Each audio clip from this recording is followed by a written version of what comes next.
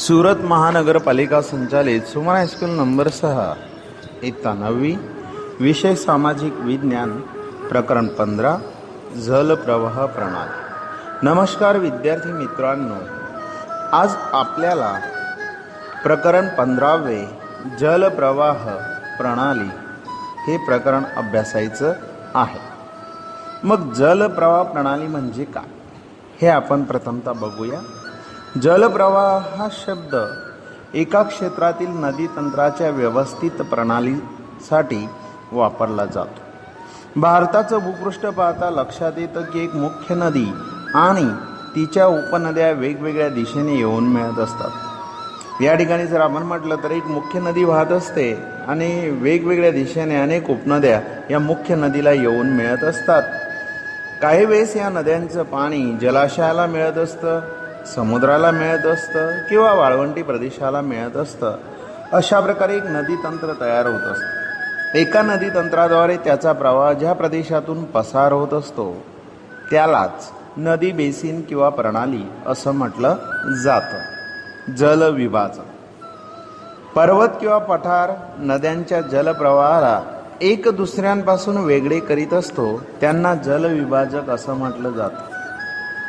या ठिकाणी जर आपण म्हटलं तर पूर्वेकडे वाहणाऱ्या नद्या आणि पश्चिमेकडे वाहणाऱ्या नद्या या दोघही नद्यांना वेगळं करण्याचं काम पश्चिम घाट करत असतो, म्हणून पश्चिम घाटाला जलविभाजक असं म्हटलं जातं। ॲमेझॉन जगात सर्वात मोठी नदी बेसिन ॲमेझॉन नदी आहे। ॲमेझॉन नदीचा उगम पेरू देशातल्या अँडीज पर्वत रांगेमधील नेवादो मिसमी या डोंगर माथ्यावर झालेला आहे। ॲमेझॉन नदीचं मुख ब्राझील देशात ॲटलांटिक महासागरामध्ये आहे। भारतात सर्वात मोठी नदी गंगा आहे। गंगा या नदीचा उगम गंगोत्री या ठिकाणी झालेला आहे आणि गंगा नदी शेवटी बंगालच्या उपसागराला जाऊन मिळत असते। भारताच्या जलप्रवाहाची रचना भौगोलिक रचनेच्या आधारेच करण्यात आलेली आहे। ज्याप्रमाणे भौगोलिक रचना असेल त्याप्रमाणे भारताचा जलप्रवाह त्या ठिकाणी असतो। त्याच्या आधारे भारताच्या नद्यांचे 2 विभागात विभागणी करण्यात येत असते, एक हिमालयातील नद्या आणि 2 द्वीपकल्पीय नद्या। एक हिमालयातील नद्या प्राकृतिक रचनेच्या विविधतेमुळे भारताच्या नद्यांचे 2 विभाग पाडण्यात येतात, एक हिमालयातील नद्या आणि द्वीपकल्पीय नद्या। यांच्यामध्ये फार फरक आपल्याला पाहावयास मिळत असतो। कधी कधी परीक्षेमध्ये अशा प्रकारचा प्रश्न विचारला जातो, हिमालयातील नद्या आणि द्वीपकल्पीय नद्या यातील फरक स्पष्ट करा। हिमालयातील नद्यांमध्ये 12ही महिने जलप्रवाह आपल्याला पाहावयास मिळत असतो, कारण पावसाळ्यात पर्जन्यांमुळे आणि उन्हाळ्यात उच्च प्रदेशातील बर्फ वितळल्यामुळे तळभागात पाण्याच्या प्रवाहात वाढ झाल्याने नद्यांच्या प्रवाहामध्ये सुद्धा वाढ होत असतो। हिमालयाच्या मुख्य 2 नद्या सिंधू आणि ब्रह्मपुत्रा या पर्वतमालेच्या उत्तरेच्या भागातून उगम पावत असतात आणि या नद्यांची पर्वतमाला कापून प्रवाह निर्माण केलेला आहे। तसेच हिमालयाच्या नद्यांची लांबी जास्त असते। हिमालयाच्या नद्यांचे पात्र सुद्धा मोठे असते आणि हिमालयातील नद्या सिंधू, ब्रह्मपुत्रा आणि गंगा नदी आहे। हिमालयाच्या नद्या त्यांच्या उगमस्थानातून निघून समुद्राला मिळण्यापर्यंतचा लांब मार्ग त्या ठिकाणी पसार करीत असतात। द्वीपकल्पीय नद्या या मोसमी असतात, कारण त्या नद्यांचा जलसाठा फक्त पर्जन्यावर म्हणजेच पावसावरच आधारित असतो। कोरड्या ऋतूमध्ये त्यांचा प्रवाह त्या ठिकाणी कमी होत असतो अथवा बंद होऊन जातो। द्वीपकल्पीय नद्यांची लांबी जर आपण म्हटली तर कमी असते। द्वीपकल्पीय नदींचं पात्र सुद्धा या ठिकाणी लहान असतं। द्वीपकल्पीय नद्या ह्या अरुंद असतात। भारताची प्राकृतिक रचना आणि पर्वताच्या उतारामुळे मोठ्या भागाच्या नद्या या पश्चिम घाटातून उगम होऊन पूर्वेकडे वाहत जाऊन बंगालच्या उपसागराला त्या ठिकाणी जाऊन मिळत असतात। द्वीपकल्पीय नद्यांसाठी पश्चिम घाट हा मुख्य जलविभाजक बनलेला आहे। द्वीपकल्पीय नद्यांमध्ये नर्मदा नदी, तापी नदी, गोदावरी नदी, महानदी, कृष्णा नदी आणि कावेरी नदी या नद्यांचा समावेश या ठिकाणी केला जात असतो। नदी प्रवाहाच्या 3 अवस्था आपल्याला या ठिकाणी पाहायला मिळत असतात. 1. वरील भाग युवा पर्वतीय प्रदेश. 2. मध्यस्थ भाग प्रौढा मैदानी प्रदेश. आणि 3. खालचा भाग वृद्धा अवस्था. यामध्ये पहिला भाग आपल्याला या ठिकाणी बघायचा आहे, वरील भाग युवा पर्वतीय प्रदेश. नदी जेव्हा पर्वतीय प्रदेशातून उगम पावत असते त्या ठिकाणी उतार तीव्र असतो आणि उतार तीव्र असल्या कारणाने नदी त्या ठिकाणी तीव्र खनन करीत असते. तीव्र खनन केल्यानंतर नदी स्वतःबरोबर पुष्कळ प्रमाणात रेती आणि वाळू त्या ठिकाणी वाहून आणत असते. 2. मध्यस्थ भाग प्रौढा मैदानी प्रदेश. मध्य आणि खालच्या भागांमध्ये जर नदी त्या ठिकाणी मैदानी प्रदेशात गेली तर तिच्या प्रवाहाची गती त्या ठिकाणी कमी होते आणि कमी झाल्यामुळे गाळाचं रेतीचं संचयन त्या ठिकाणी काठावर झालेलं असतं आणि म्हणून तिचं वहन सर्पाकार आपल्याला पाहावयास मिळत असतं. नद्यांच्या झिजेने तसेच पूरच्या प्रभावाने त्या मैदानात घोळ्याच्या नाळसारखा नाळ आकाराच्या सरोवरांची निर्मिती त्या ठिकाणी झालेली असते. 3. खालचा भाग वृद्धावस्था. मुख्य प्रदेशात पुढे नदी अनेक शाखांमध्ये विभाजित होत असते. विभाजित झाल्यानंतर काळानुसार हा भाग त्रिकोण आकाराचा पाहायला मिळत असतो. हा त्रिकोण आकाराचा भाग अतिशय सुपीक आणि रूपांतरित होत असतो, म्हणून त्याला डेल्टा असं म्हटलं जातं किंवा त्रिभुज प्रदेश असंही म्हटलं जात असतं. जलप्रवाहाची रचना. जलप्रवाहाची रचना मुख्य नदी आणि तिच्या उपनद्यांची रचना खालीलप्रमाणे आपल्याला पाहायला मिळत असते. A. वृक्षाकार प्रणाली. B. जाडी आकार प्रणाली. C. आयताकार प्रणाली. आणि D. केंद्र त्यागी पर्वताकार प्रणाली. त्यापैकी पहिली प्रणाली आपल्याला बघायची आहे, A. वृक्षाकार प्रणाली. मुख्य नदी आणि तिच्या उपनद्यांची रचना एका वृक्षांच्या फांद्यांसारखी सुंदर रचना होते. एक मुख्य नदी वाहत असते आणि ज्याप्रमाणे वृक्षाला फांद्या असतात त्याचप्रमाणे या मुख्य नदीला अनेक उपनद्या येऊन मिळत असतात. म्हणून वृक्षांच्या फांद्यांसारखी सुंदर रचना या नदी प्रणालीची पाहायला मिळत असते. म्हणून त्या नदी प्रणालीला वृक्षाकार नदी प्रणाली किंवा वृक्षाकार नदी रचना म्हणून ओळखण्यात येते. उदाहरणार्थ गंगा नदी. गंगा नदी मुख्य नदी आहे आणि तिला अनेक उपनद्या वृक्षांच्या फांद्यांसारख्या मिळून येत असतात, म्हणून गंगा नदीच्या प्रणालीला वृक्षाकार प्रणाली असं म्हटलं जातं. B. जाडी आकार प्रणाली. पर्वतीय प्रदेशातून निघणारे झरे पर्वतीय उतारांमुळे एक दुसऱ्याला त्या ठिकाणी मिळत असतात. अनेक झरे असतील ते पर्वतीय प्रदेशातून निघत असतात आणि पर्वतीय उतार असल्या कारणाने हे झरे एकमेकांना त्या ठिकाणी मिळत असतात. तेव्हा त्यांची रूपरचना ही जाडी आकाराची आपल्याला पाहायला मिळत असते. उदाहरणार्थ हिमालयाच्या पर्वतावरून निघणारे अनेक झरे. C. आयताकार प्रणाली. मुख्य नदी आणि उपनद्या एक दुसऱ्यांना काटकोनात मिळत असतात. मुख्य नदी वाहत असेल आणि या मुख्य नदीला अनेक उपनद्या एक दुसऱ्यांना काटकोनात मिळत असेल तर या नदी रूपरचनेला आयताकार रचना किंवा आयताकार प्रणाली असं म्हटलं जातं. मोठ्या भागात खचदरीतून वाहणारी जी नदी असते तिला या प्रकारची रूपरचना आपल्याला पाहायला मिळत असते. उदाहरणार्थ नर्मदा नदी. नर्मदा नदी मुख्य नदी आहे, ती वाहत असते आणि तिला सुद्धा अनेक उपनद्या काटकोनात त्या ठिकाणी मिळत असतात. म्हणून नर्मदा नदीच्या प्रणालीला आयताकार प्रणाली असं म्हटलं जातं. केंद्रत्यागी पर्वताकार प्रणाली. पर्वतीय विस्तारांमध्ये एका पर्वताच्या चारही बाजूने झरे निघून चारही बाजूला नदी रूपरचना बनवित असेल तर त्याला पर्वताकार किंवा केंद्रत्यागी नदी रूपरचना म्हणून ओळखण्यात येते. वर पर्वतीय विस्तार त्या ठिकाणी असतो आणि पर्वताच्या चारही बाजूने झरे त्या ठिकाणी निघत असतात आणि म्हणून ती जी रूपरचना तयार होत असते तिला केंद्रत्यागी किंवा पर्वताकार नदी रूपरचना म्हणून ओळखण्यात येते. उदाहरणार्थ सौराष्ट्राच्या नद्या. हिमालयातील नद्या. 1. सिंधू. 2. गंगा. 3.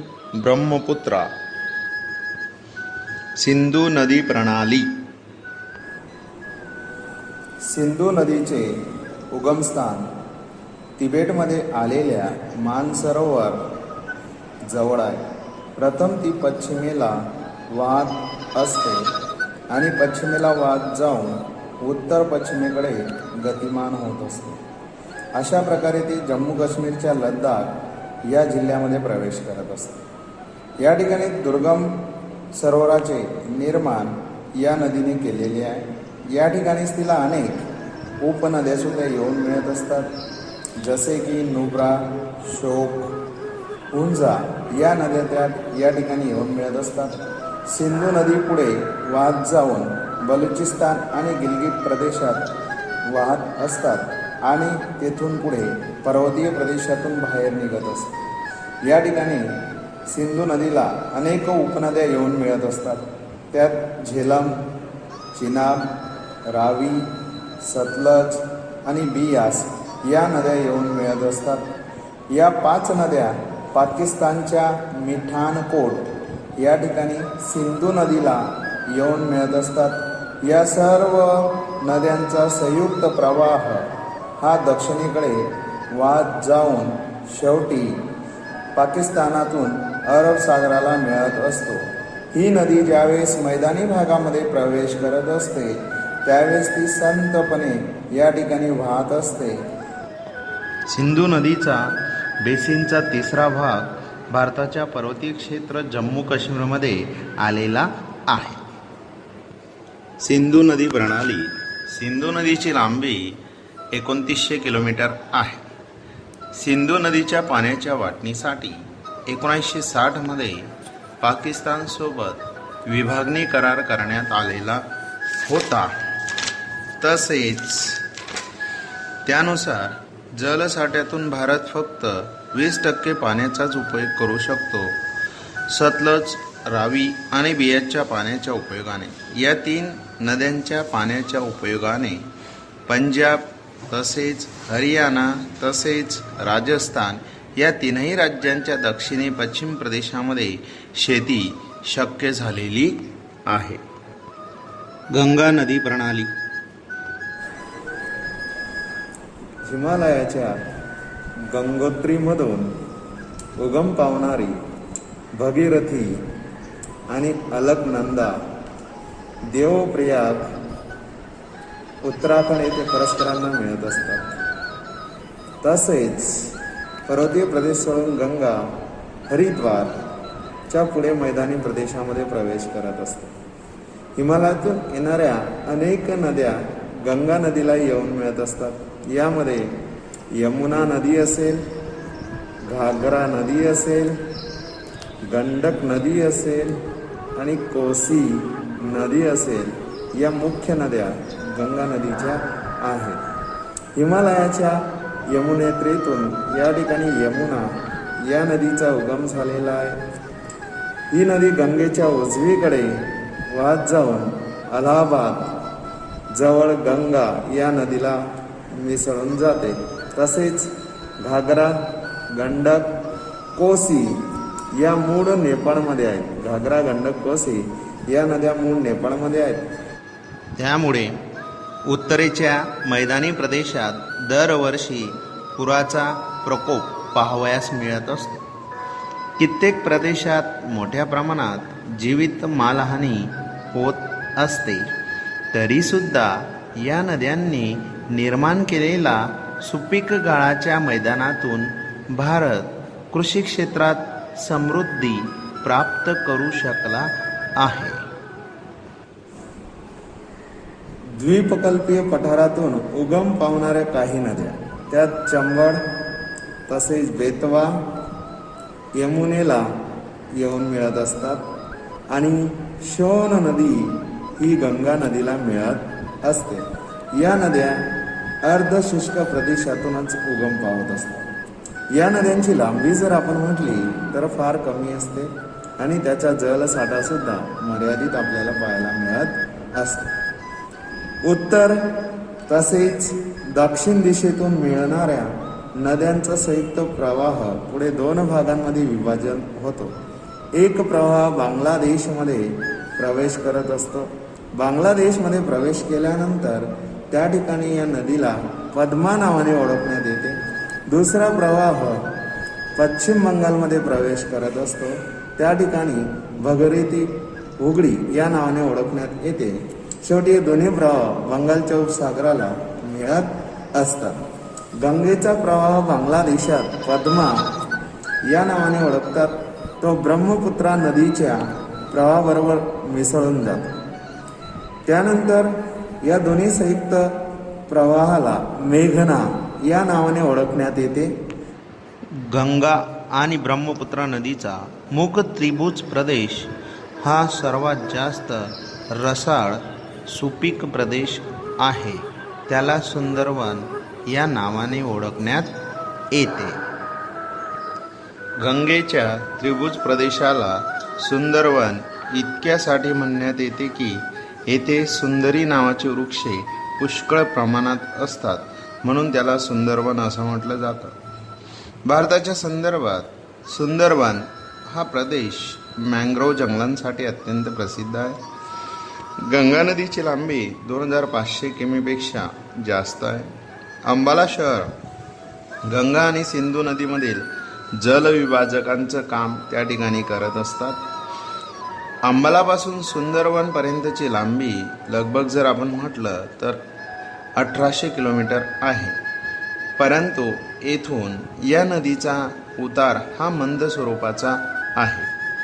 अंबाला समुद्र सपाटीपासून 300 मीटरच्या उंचीवर आहे आणि सुंदरवन समुद्र सपाटीच्या जवळ आहे. या दृष्टीने जर आपण विचार केला तर प्रत्येक 6 किलोमीटरला 1 मीटर उतार कमी कमी होत असतो. त्यामुळेच गंगा या नदीमध्ये आपल्याला झील जास्त पाहावयास मिळत असते. ब्रह्मपुत्रा नदी प्रणाली. ब्रह्मपुत्रा नदी प्रणाली. ब्रह्मपुत्रा ही नदी तिबेटमध्ये आलेल्या मानसरोवराच्या पूर्वेतून तसेच सिंधू आणि सतलजच्या मुळाच्या जवळून उगम पावत असते. तिची जास्त प्रवाह लांबी जर आपण बघितली तर भारताच्या बाहेर आहे. ही नदी हिमालयाच्या समांतर श्रेणीत पूर्वेकडे वाहत असते. नामचा बरवा या नावाच्या शिखराजवळ ही नदी यू आकाराने वळण घेत असते आणि भारताच्या अरुणाचल प्रदेश या राज्यामध्ये प्रवेश करत असते. येथे ती दिहांग या नावाने ओळखली जाते. या ठिकाणी दिहांग, लोहित, केनुला यासारख्या उपनद्या या नदीला येऊन मिळत असतात. आसाममध्ये ब्रह्मपुत्र म्हणून ही नदी ओळखण्यात येते. तिबेटमध्ये या नदीच्या गाळाचं प्रमाण फार कमी असतं. भारतात ही नदी जास्त पावसाच्या प्रदेशातून पसार होत असते, म्हणून येथे पाण्याच्या साठ्यात आणि गाळाच्या प्रमाणात वाढ झालेली असते. आसाममध्ये सुद्धा या ठिकाणी अनेक उपनद्या तिला मिळत असतात आणि अशा प्रकारे ब्रह्मपुत्र नदी गुंफित स्वरूपात वाहत असते. दरवर्षी वर्षा ऋतूत या नदीच्या पाण्याच्या साठ्यात मोठ्या प्रमाणात वाढ आपल्याला पाहायला मिळत असते. परिणामी आसाम आणि बांगलादेश या ठिकाणी वारंवार येणाऱ्या पुरामुळे फार विनाश होतो. उत्तर भारताच्या दुसऱ्या नद्यांपेक्षा या नदीत विरोधाभास आपल्याला पाहावयास मिळतो. आसाममध्ये पावसाळ्यात पडणाऱ्या पावसाने येथे जास्त प्रमाणात झीज झालेली असते. या नदीत रेतीच्या प्रमाणात वाढ झाल्याने तिची सपाटी उंच होते. त्यामुळे या नदीच्या प्रवाहात वारंवार मार्ग परिवर्तन पाहावयास मिळत असते. ब्रह्मपुत्र नदी एकमात्र पुरुषवाचक सर्वनाम असणारी नदी आहे. ब्रह्मपुत्रा या नदीची लांबी 2900 किलोमीटर आहे. ब्रह्मपुत्र नदीला तिबेटमध्ये सांगपो आणि बांगलादेशात जमुना या नावाने ओळखले जाते. ब्रह्मपुत्राच्या संपूर्ण प्रवाह दरम्यान माजुली नावाचा एक नदी बेट, जे जगात सर्वात मोठं आहे, हे बेट आढळत असतं. 2 द्वीपकल्पीय नद्या. पश्चिम घाट द्वीपकल्पीय नद्यांचा मुख्य जलविभाजक मानला जातो. पश्चिम घाट दक्षिण भारताच्या पश्चिम किनाऱ्याला दक्षिणेकडून उत्तर दिशेमध्ये व्याप्त आहे. द्वीपकल्पीय नद्यांमध्ये 1 नर्मदा नदी, 2 तापी नदी, 3 गोदावरी नदी, 4 महानदी, 5 कृष्णा नदी, 6 कावेरी नदी या द्वीपकल्पाच्या मुख्य नद्या आहेत. या नद्यांपैकी महानदी, गोदावरी, कृष्णा, कावेरी या नद्या पूर्वेकडे वाहत जाऊन बंगालच्या उपसागराला मिळत असतात आणि त्रिभुज प्रदेश तयार करत असतात. पश्चिम घाटाच्या पश्चिमेस अनेक नद्या वाहत असतात. त्यापैकी नर्मदा आणि तापी या 2 मोठ्या नद्या पूर्वेकडे वाहत जाऊन पश्चिमेला अरब सागराला मिळत असतात. आता आपल्याला बघायचं आहे नर्मदा नदी प्रणाली. नर्मदा नदीचा उगम अमरकंटक या ठिकाणी झालेला आहे. नर्मदा नदी ही एका खचदरीतून वाहत असते. जबलपूर जवळ संगमरवराच्या खडक प्रदेशातून वाहत असते. येथे उतारामुळे तीव्र वेगाने वाहत असते, जिथे धुवाधार नावाच्या धबधब्याची निर्मिती झालेली आहे. नर्मदा नदी या नदींच्या उपनद्यांची लांबी ही जास्त नसते. मोठ्या भागाच्या नद्या नर्मदाला काटकोनामध्ये मिळत असतात. या नदी प्रणालीचा विस्तार जर आपण म्हटला तर मध्य प्रदेश तसेच गुजरातमध्ये सुद्धा या नदीचा व्याप्त प्रदेश पाहायला मिळत असतो. नर्मदा नदीची लांबी जर आपण म्हटली तर 1312 किलोमीटर आहे. तापी नदी प्रणाली. तापी नदी मध्य प्रदेशातील सातपुड्याच्या पर्वतमालेत आहे. येथील बैतूल जिल्ह्यामध्ये तापी नदीचा उगम या ठिकाणी झालेला आहे. ती नर्मदेच्या समांतर खचदरीतून वाहत जाऊन अरब सागराला त्या ठिकाणी जाऊन मिळत असते. तिचा प्रवाह क्षेत्र जर आपण म्हटला तर मध्य प्रदेश, महाराष्ट्र आणि गुजरात हे प्रवाह क्षेत्रातील राज्य आहे किंवा विस्तार आहे. अरब सागर आणि पश्चिम घाट यांच्यामधील किनाऱ्याचं मैदान जर आपण म्हटलं तर अरुंद स्वरूपाचं आपल्याला पाहायला मिळत असतं आणि या ठिकाणी ज्याही नद्या वाहत असतात त्या छोट्या आहेत, त्यांची लांबी फारच कमी आहे. पश्चिम बाजूला वाहणाऱ्या मुख्य नद्यांची लांबी ही फारच कमी असते. पश्चिम बाजूला वाहणाऱ्या नद्या मुख्य नद्यांमध्ये जर आपण म्हटलं तर साबरमती आणि मही या 2 नद्या आपल्याला पाहायला मिळत असतात. तापी नदीची लांबी जर आपण म्हटली तर 724 किलोमीटर आहे. गोदावरी नदी प्रणाली. गोदावरी नदी ही द्वीपकल्पावरील नद्यांमध्ये सर्वात मोठी नदी आहे. ती महाराष्ट्राच्या नाशिक जिल्ह्याच्या पश्चिम घाटाच्या ब्रह्मगिरी या ठिकाणाहून तिचा उगम झालेला आहे. गोदावरी ही नदी द्वीपकल्पावरील नद्यांमध्ये सर्वात मोठी नदी आपल्याला पाहावयास मिळत असते. ती महाराष्ट्राच्या नाशिक जिल्ह्याच्या पश्चिम घाटाच्या उतारातून या ठिकाणी उगम पावत असते. तिची लांबी 1465 किलोमीटर आपल्याला पाहावयास मिळत असते. गोदावरी ही नदी पूर्वेकडे वाहत असते आणि बंगालच्या खाडीला या ठिकाणी मिळत असते. तसेच द्वीपकल्पीय नद्यांमध्ये गोदावरी या नदीचं विस्तार क्षेत्र सर्वात मोठं आहे. या नदीचा विस्तार क्षेत्राचा 50% भाग हा आपल्याला महाराष्ट्रात पाहायला मिळत असतो आणि उरलेला विस्तार प्रदेश आपल्याला आंध्र प्रदेशात पाहायला मिळत असतो. गोदावरीला अनेक उपनद्या मिळतात, ज्यामध्ये पूर्णा, वर्धा, प्राणहिता, मांजरा, वैनगंगा तसेच पैनगंगाचा समावेश होतो. गोदावरीचा प्रवाह मार्ग हा लांब असल्याकारणाने आणि विस्तार क्षेत्र विस्तृत असल्याकारणाने गोदावरी या नदीला दक्षिणची गंगा म्हणून ओळखण्यात येते. महानदी प्रणाली. महानदीचे उगमस्थान छत्तीसगडच्या पर्वतीय प्रदेशात आहे. ती ओरिसा या राज्यातून वाहत बंगालच्या खाडीला या ठिकाणी मिळत असते. तिची लांबी जर आपण म्हटली तर 860 किलोमीटर इतकी लांबी महानदीची आहे. तिचं विस्तार क्षेत्र छत्तीसगड तसेच झारखंड तसेच ओरिसा या राज्यांमध्ये आहे. कृष्णा नदी प्रणाली. कृष्णा नदी ही महाराष्ट्राच्या पश्चिम घाटाच्या महाबळेश्वरजवळ तिचा उगम होत असतो. तिची लांबी जर आपण म्हटली तर पूर्णतः 1400 किलोमीटर इतकी आपल्याला पाहायला मिळत असते. कृष्णा नदीला अनेक उपनद्या या ठिकाणी येऊन मिळत असतात.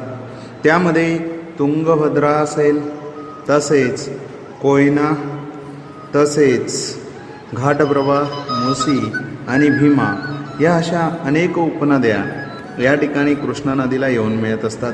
कृष्णा नदीचं जे प्रवाह क्षेत्र आहे त्यात महाराष्ट्र, तसेच कर्नाटक, तसेच आंध्र प्रदेश या राज्यांमध्ये कृष्णा नदी या ठिकाणी वाहत असते आणि शेवटी बंगालच्या उपसागराला जाऊन मिळत असते. कावेरी नदी प्रणाली. कावेरी या नदीचा उगम पश्चिम घाटाच्या ब्रह्मगिरी पर्वतमालेतून या ठिकाणी उगम होत असतो. कावेरी या नदीची लांबी जर आपण म्हटली तर जवळजवळ 760 किलोमीटर आहे. तिला अनेक उपनद्या येऊन मिळत असतात. त्यात भवानी, हेमावती, कालिनी, अमरावती अशा उपनद्या येऊन मिळत असतात. तिचं विस्तार क्षेत्र केरळ असेल, कर्नाटक असेल, तमिळनाडू या राज्यांमध्ये ती वाहत असते आणि तमिळनाडूच्या कुडलूर या ठिकाणी त्याच्या दक्षिणमध्ये कावेरीपट्टणम हे ठिकाण आलेलं आहे. या कावेरीपट्टणमच्या ठिकाणीच कावेरी नदी ही बंगालच्या खाडीला या ठिकाणी येऊन मिळत असते. याच्याशिवाय अन्य लहान नद्यासुद्धा या ठिकाणी आहेत, ज्या पूर्वेकडे वाहत जाऊन बंगालच्या खाडीला या ठिकाणी मिळत असतात. त्यात दामोदर असेल, ब्राह्मणी असेल, वैतरणी असेल, तसेच सुवर्णरेखाचा सुद्धा समावेश या ठिकाणी केला जात असतो. पृथ्वीसपाटीवर 71% जलावरण आहे, म्हणजे पाण्याचा 71% भाग पृथ्वीसपाटीवर आपल्याला पाहायला मिळत असतो आणि 29% जमिनीचा भाग आपल्याला पाहावयास मिळत असतो. 71% जलावरणामधून 97% पूर्णतः पाणी खारट स्वरूपाचं आपल्याला पाहायला मिळत असतं. फक्त 3% पाणी पेयजल म्हणून उपलब्ध आहे आणि त्याचा चौथा भाग बर्फाच्या स्वरूपात आपल्याला पाहावयास मिळत असतो. सरोवरे. भारतामध्ये अनेक लहान मोठी सरोवरे आलेली आहेत. गोड्या पाण्याची सरोवरे हिमालयाच्या पर्वतीय विस्तारांमध्ये पाहावयास मिळत असतात. मोठ्या भागाच्या सरोवरात पावसाळ्यात पाणी असतं. कोरड्या प्रदेशात अंतर्गत भागात नद्यांच्या साहाय्याने काश्मीर क्षेत्रात सरोवरांची निर्मिती हिमनदींमुळेच झालेली असते. बरीचशी सरोवरे असतात की जी वाऱ्यांमुळे निर्माण झालेली असतात, काही नद्यांमुळे निर्माण झालेली असतात आणि काही सरोवर मानव प्रवृत्तींनी निर्माण झालेली असतात. सर्पाकार नद्यांमध्ये पुराच्या प्रकोपामुळे घोळ्याच्या नालसारख्या सरोवराची निर्मितीसुद्धा झालेली आहे. समुद्राच्या भरतीच्या कारणाने लॅगून सरोवरे निर्माण झालेली आहेत. चिल्का सरोवर, कोलेरू सरोवर, पुलिकित सरोवर या सरोवरांचे उत्तम उदाहरण आपल्याला पाहावयास मिळत असतं. राजस्थान या राज्यामध्ये सांबर सरोवर आलेलं आहे. सांबर सरोवर हे पूर्णतः खाऱ्या पाण्याचं सरोवर आहे आणि त्यातून मिठाचं उत्पादन घेण्यात येतं. गोड्या पाण्याची सरोवरे हिमालयाच्या क्षेत्रांमध्ये पाहावयास मिळत असतात. ती गोड पाण्याची यासाठी असतात की जी हिम नदींद्वारेच निर्माण झालेली असतात. त्यावेळी नदीच्या गर्तांमध्ये पाणी भरले गेल्याने निर्मिती झालेली आहे. हिम नदीचा बर्फ वितळत गेल्याने येथे सुंदर सरोवरे बनलेली आहेत. काश्मीर या राज्यामध्ये उलर सरोवर भूगर्भीय क्रियेद्वारे निर्माण झालेला आहे. याच्या व्यतिरिक्त भीमताल सरोवर, नैनिताल सरोवर, लोकताल सरोवर, बळापाणी सरोवर हे सरोवरे या प्रदेशांमध्ये आपल्याला पाहावयास मिळत असतात. सरोवराची उपयोगिता. सरोवरे मानवाला अनेक रीतीने उपयोगी असतात. कित्येक नद्या सरोवरातून सुद्धा उगम पावत असतात.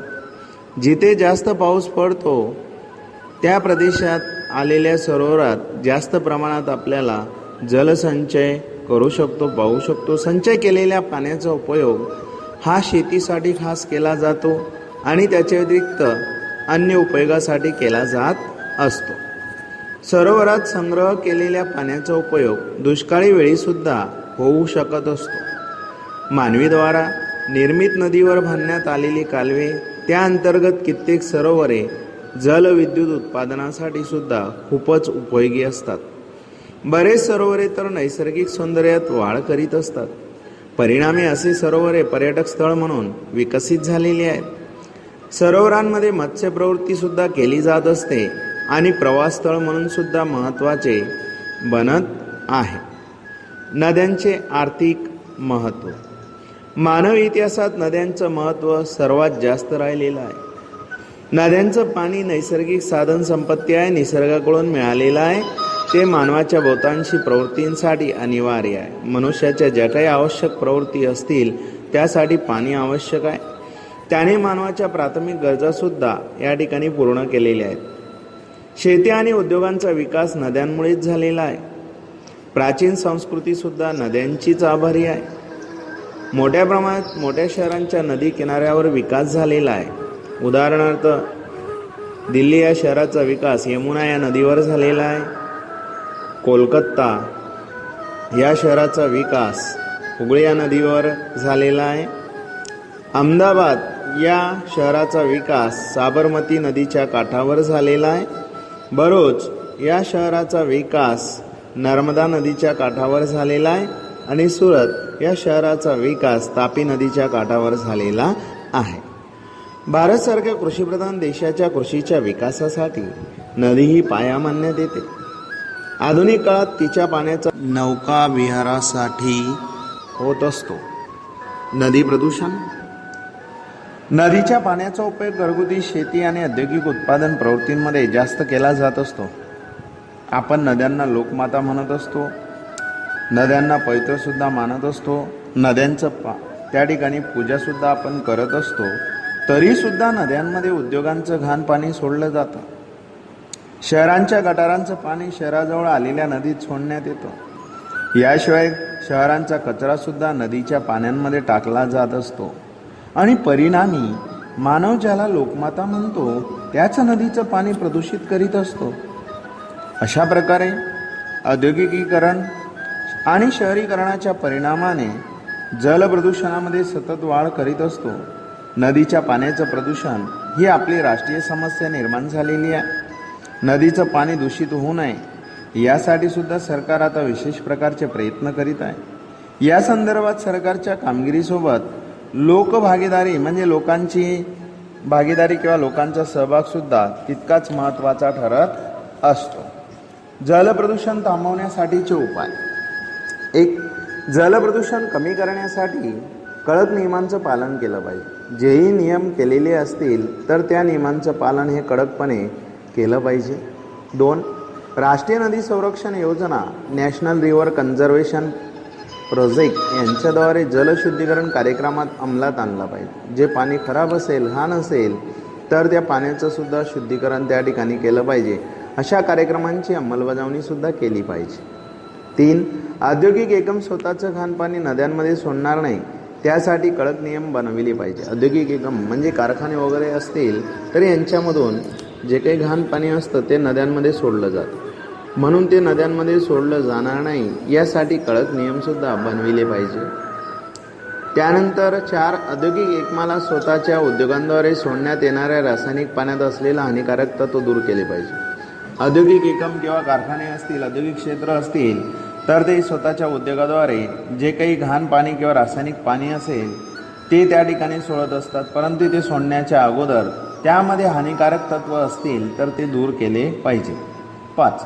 प्रत्येक नागरिकाने नदीत स्वच्छ पाणी राहील त्यासाठी घरातील कचरा नदीच्या पाण्यात मिसळणार नाही यांची काळजीसुद्धा या ठिकाणी ठेवली पाहिजे. घरातील कचरा असेल तर तो नदीमध्ये फेकायला नको, तो व्यवस्थित त्याची विल्हेवाट त्या ठिकाणी केली पाहिजे. अशा प्रकारची काळजी या ठिकाणी ठेवली पाहिजे. अशा प्रकारची काळजी केली तरच जलप्रदूषण या ठिकाणी थांबू शकतं.